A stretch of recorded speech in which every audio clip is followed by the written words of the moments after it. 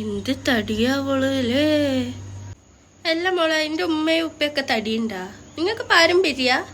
ഒരു ജോലിയെല്ലാം നോക്കുകയാണെങ്കിൽ അങ്ങോട്ടും ഇങ്ങോട്ടും നടന്നിട്ട് അങ്ങനെ മെലിയും. പിന്നെ കുറേ ഇറച്ചിയും മീനൊക്കെ ഒന്ന് ഒഴിവാക്കിയാൽ മതി, അങ്ങനെ തടി കുറഞ്ഞോളും. അല്ലെങ്കിൽ ഉണ്ടാവും ഇങ്ങനെ പുറത്തുനിന്നായിട്ട് ഭക്ഷണം വാങ്ങുന്നല്ലേ, അതുകൊണ്ടായിരിക്കും ഈ തടി.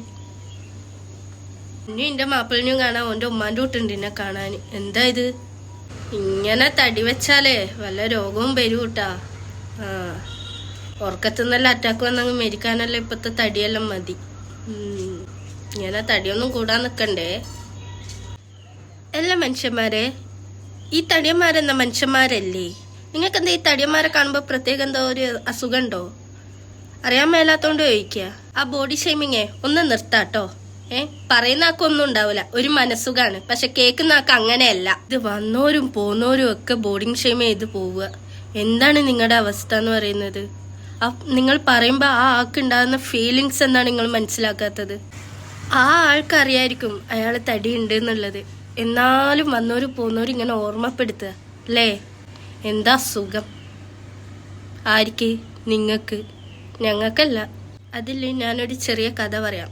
ആയിഷ ബീബിയും നബി സല്ലല്ലാഹു അലൈഹി വസല്ലം ഒരു സദസ്സിലിരിക്കുന്നുണ്ടായി. ഒരു ഹൈറ്റുള്ളൊരു സ്ത്രീ ഇവരെ കടന്നു പോയി.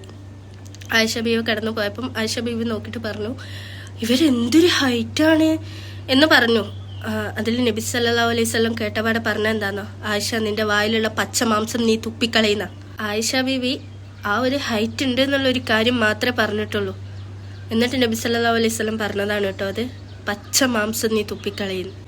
അങ്ങനെയാണെങ്കിൽ നമ്മളൊക്കെ എത്ര അതായത് പച്ച ഇറച്ചി, നമ്മൾ എത്ര മനുഷ്യന്മാരെ പച്ച ഇറച്ചി തിന്നിട്ടുണ്ടാവും അല്ലേ? Please stop. ബോഡി ഷെയ്മിങ് ഒന്ന് നിർത്ത് പ്ലീസ്. നമ്മുടെ ഭാഗത്തുനിന്നും നിങ്ങളൊന്ന് ചിന്തിച്ചു നോക്കുക. നിങ്ങളും ഒന്ന് തടിച്ചിട്ടാണെങ്കിലും നമ്മൾ പറയുന്നത് എങ്ങനെയാണെന്ന് നിങ്ങളും ഒന്ന് ചിന്തിച്ചു നോക്കുക. ഒന്ന് ആലോചിച്ച് നോക്കിയാൽ മതി. പഠിച്ചോൻ്റെ പഠിപ്പുകളൊന്നും ഒരുപോലെയല്ല. എല്ലാവർക്കും അവരുടേതായ ബ്യൂട്ടി ഉണ്ട്. ഓക്കെ.